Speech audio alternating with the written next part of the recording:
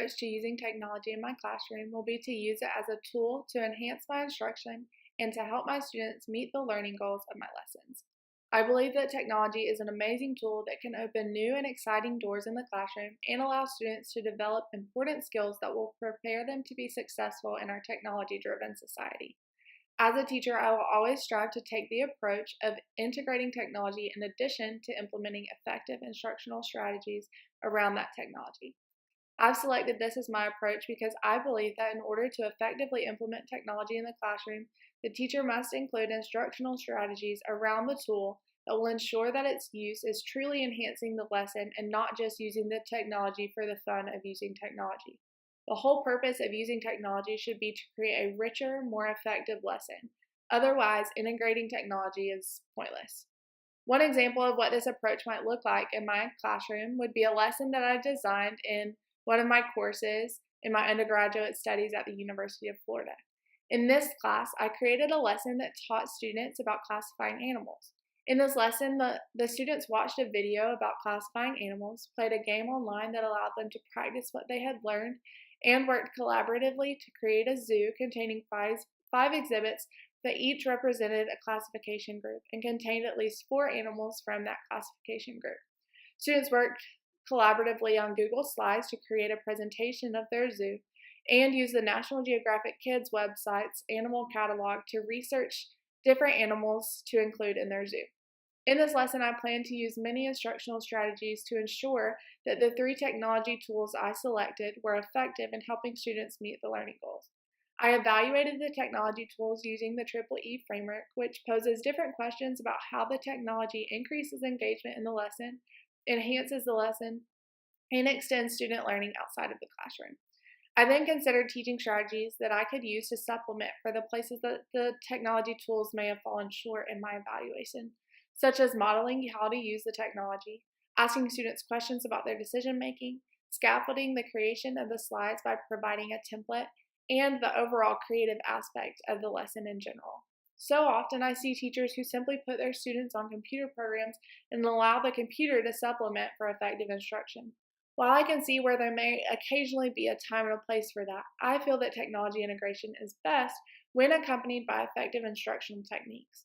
In order to take this approach in my classroom, I will need access to a variety of technology tools such as laptops, iPads, a projector, etc. I realize that these tools can be expensive, so I'm prepared to write grants and fundraise myself for these resources. Another resource that I will use to effectively implement this approach in my classroom costs no money at all. This is the EEE framework measurement tool that I mentioned before. The EEE framework is based on 3 components, including engagement and learning goals, enhancement of learning goals, and extension of learning goals. Those are the 3 E's: engagement, enhancement, and extension. Teachers can use this framework to determine how effective the inclusion of technology is in a lesson.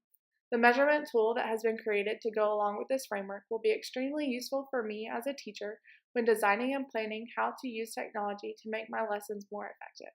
This measurement tool was created as a guide for educators to follow when using technology in a lesson plan. It asks educators 3 questions at each level of the EEE that encourages them to think about how well the technology meets each of the 3 E's. When used correctly, this measurement tool can give educators insight into how they should go about using the specific technology in their classroom and where there may be a need for the implementation of instructional strategies to help the technology tool meet the criteria of the framework.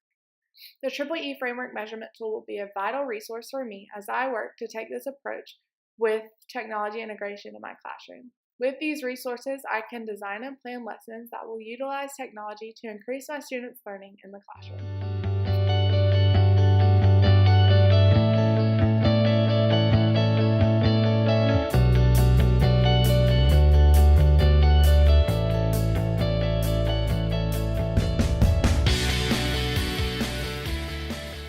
This is definitely one concern that I think all educators have with using technology in the classroom and allowing students freedom online. While technology is a wonderful tool that can deeply enhance students' learning, unfortunately, it can also be used in very unsafe and inappropriate ways if the teacher is not careful.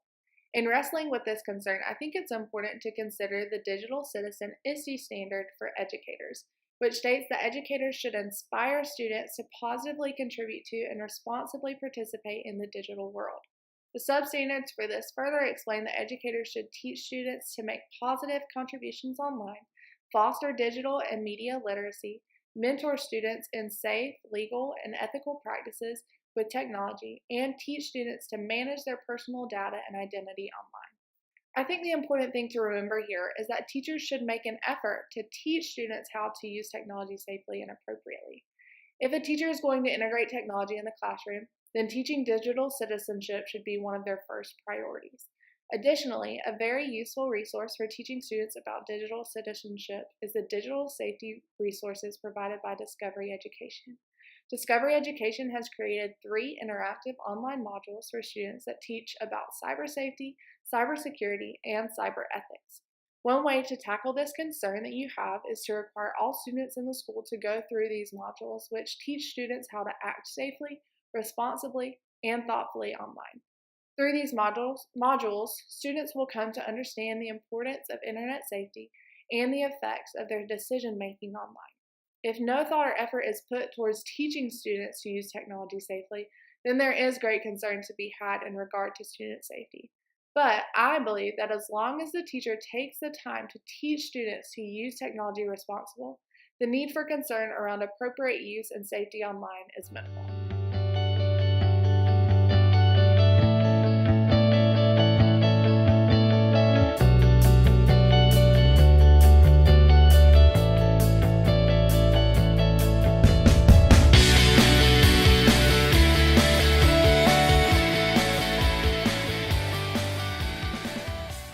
Teaching and giving students the opportunity to be designers, makers, and producers with technology means that technology is put into the hands of students often, along with an assignment to create something using that technology.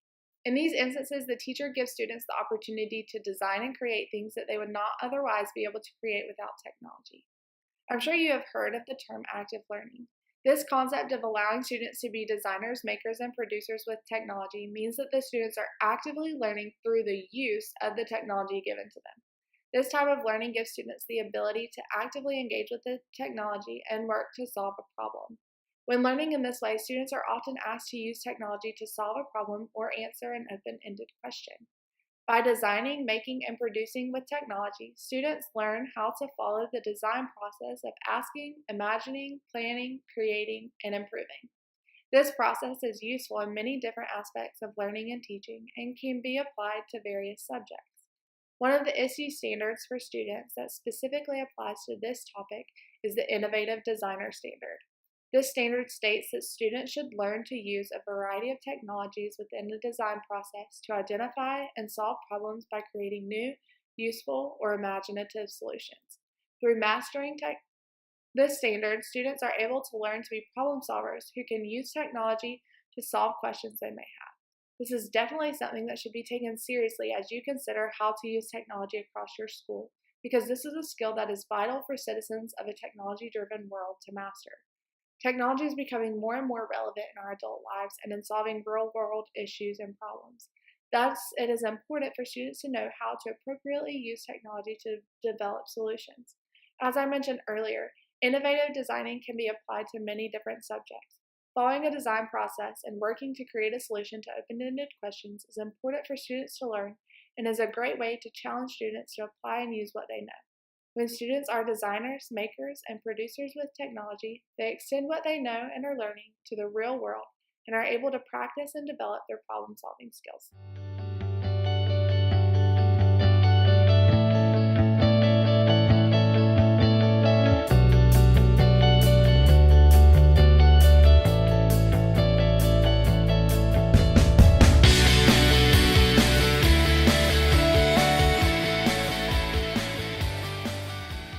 I feel that global education is extremely important in the classroom. Students need to be exposed to different people outside of the people they encounter daily and learn how to work well and collaborate with others. This is the goal of global education. Through global education, students are required to collaborate and work with others both in and out of their classroom walls. Technology makes it possible for students to connect with and learn from people in various parts of the world, which expands what they're able to learn and experience tremendously. Global education is important because our world is becoming increasingly global and interconnected, especially with the increase in technology, which makes this level of connectedness possible. With these increases in technology, concern over physical distance is becoming a thing of the past. Technology allows us to connect with people anywhere on the map and expands our world outside of those we are physically close to. Global education can be implemented well in the classroom by giving students the opportunity to explore other places through virtual field trips, video conferencing with experts in certain fields, assigning collaborative activities that utilize technology with features that make collaboration possible, and much more. There are many different technology tools that make collaboration simple and easy, such as Google's web-based software Office suite, including Google Docs, Sheets, and Slides. In addition to this software, there are many other technology tools that allow users to work collaboratively with others, even if they are in completely different places. Video conferencing tools such as Skype and Google Hangout allow teachers to bring people from all over the globe to speak with students and share their expertise. This type of global education expands students' experiences beyond what would ever be possible otherwise. This type of teaching and learning is beneficial because, as I mentioned earlier, it allows students to experience things they would not have the opportunity to experience otherwise. In addition, through global education, students are able to develop a deeper understanding and awareness of cultural differences and begin developing the ever-important skill of cultural diplomacy, which is described by political scientist Milton Cummings as the exchange of ideas, information, and values with the intention of fostering mutual understanding. Again, in a world that is becoming increasingly globally connected, this skill is vital for success in adulthood. Through global education, students are able to develop these important skills and transform into adults who are prepared to enter a global society.